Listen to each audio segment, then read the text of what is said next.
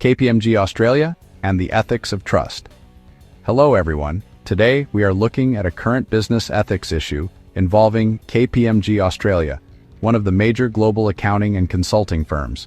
This case is especially important because KPMG is not just any business.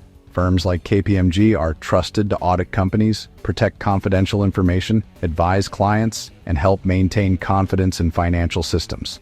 That is why this situation matters so much. KPMG Australia is facing serious scrutiny after whistleblower allegations that confidential client information was misused to help the firm compete for audit work. According to recent reporting, the controversy has already led to major leadership changes, including the departures of the CEO, the audit chief, the chairman, and senior partners. Regulators, lawmakers, clients, and the public are now asking whether this was only a failure by a few individuals or a deeper problem in the firm's culture and business model. So let's pause and think about the ethical issue. At the center of this case is trust. Audit and consulting firms often handle sensitive information. Clients must believe that their private data will not be used against them or shared improperly. When that trust is damaged, the issue becomes bigger than one contract or one company. It affects professional credibility, client relationships, and public confidence. There are several key factors in play. First, there is the issue of confidentiality. If a company shares sensitive information with a professional firm, that information should be protected. Misusing confidential information to win business would create a serious ethical breach because it turns privileged access into a competitive advantage.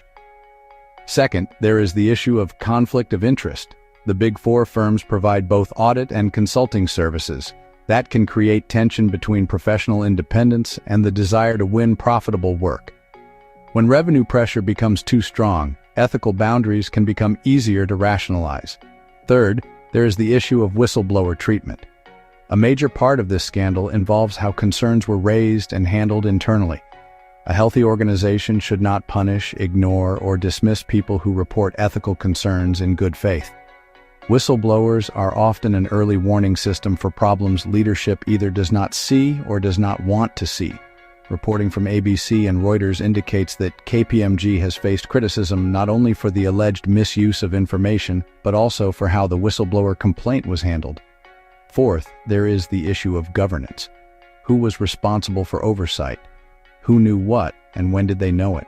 Were internal controls strong enough? Did leadership act quickly enough? When an ethical failure reaches this level, the question is no longer only who did the wrong thing. The bigger question becomes, what kind of system allowed this to happen? Right now, the consequences are still developing. Australia's corporate regulator has reportedly opened a formal investigation involving KPMG partners, while the Australian government is considering broader reforms for the Big Four accounting firms. Those reforms could include stronger oversight and even separating audit and consulting functions to reduce conflicts of interest. This makes the case a powerful example of a business ethics conundrum. On one side, KPMG must protect its reputation, clients, employees, and business operations. On the other side, the public needs accountability. Clients need confidence, regulators need transparency. Employees need to know that ethical concerns will be taken seriously. So now I want you to imagine this. You have just been appointed as the new CEO of KPMG Australia. You did not create this mess, but it is now your responsibility to clean it up.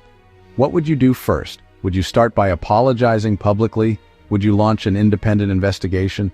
Would you fire or suspend anyone connected to the misconduct? Would you meet with regulators and lawmakers? Would you create stronger whistleblower protections? Would you separate audit and consulting work inside the firm? Would you contact clients directly and explain how their information will be protected going forward? Here's the hard part. As the new CEO, you cannot simply say, "We need to rebuild trust." You have to prove it through action. For your reflection, think about these questions.